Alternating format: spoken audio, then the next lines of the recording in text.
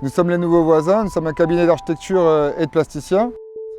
Alors pour les ribines de l'imaginaire, on nous a proposé de réfléchir sur la légende de Pontusval, qui est la légende relative à la disparition d'un dragon qui vivait là il y a 15 siècles maintenant et qui aurait été terrassé par un curé et un chevalier, alors que ce dragon cannibalisait la région.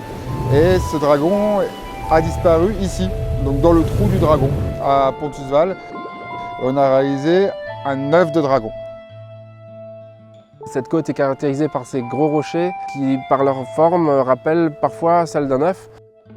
La forme de l'œuf, dans le paysage, allait beaucoup dialoguer, répondre avec ce paysage, avec ces rochers.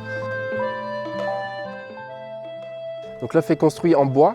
Il a une forme de facette, il y a à peu près une cinquantaine de facettes de bois qui ont des formes très particulières et qui s'emboîtent bout à bout pour reformer une forme générale d'œuf. Ils sont découpés selon une forme très précise, donc ça a été d'abord modélisé sur des logiciels de 3D, envoyé une commande numérique pour le découpage, pour avoir des formes très précises. Et la surface de l'œuf est brûlée pour deux raisons, à la fois esthétique, puisque ça rappelle à la fois un aspect minéral, ça rappelle le dragon qui va brûler son œuf pour le couver, pour faire éclore son petit dragon, et à la fois il y a un intérêt technique qui est celui d'une préservation, d'une protection du bois. C'est une technique traditionnelle utilisée au Japon.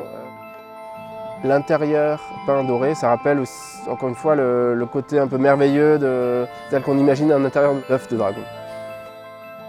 Et en plus, l'œuf, il permet de créer un intérieur. Et nous, en tant qu'architectes, on est très attachés à faire des œuvres qui ne soient pas uniquement appréciables visuellement, mais qu'on puisse pénétrer, vivre et expérimenter physiquement.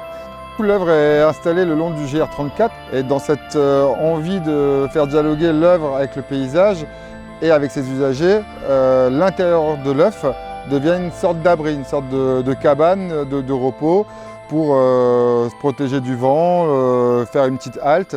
Et donc on espère que les nombreux marcheurs qui arpentent la côte prendront possession de cet œuf, viendront en faire l'expérience en pénétrant à l'intérieur le temps d'une pause plus ou moins longue, avec une vue merveilleuse sur la baie.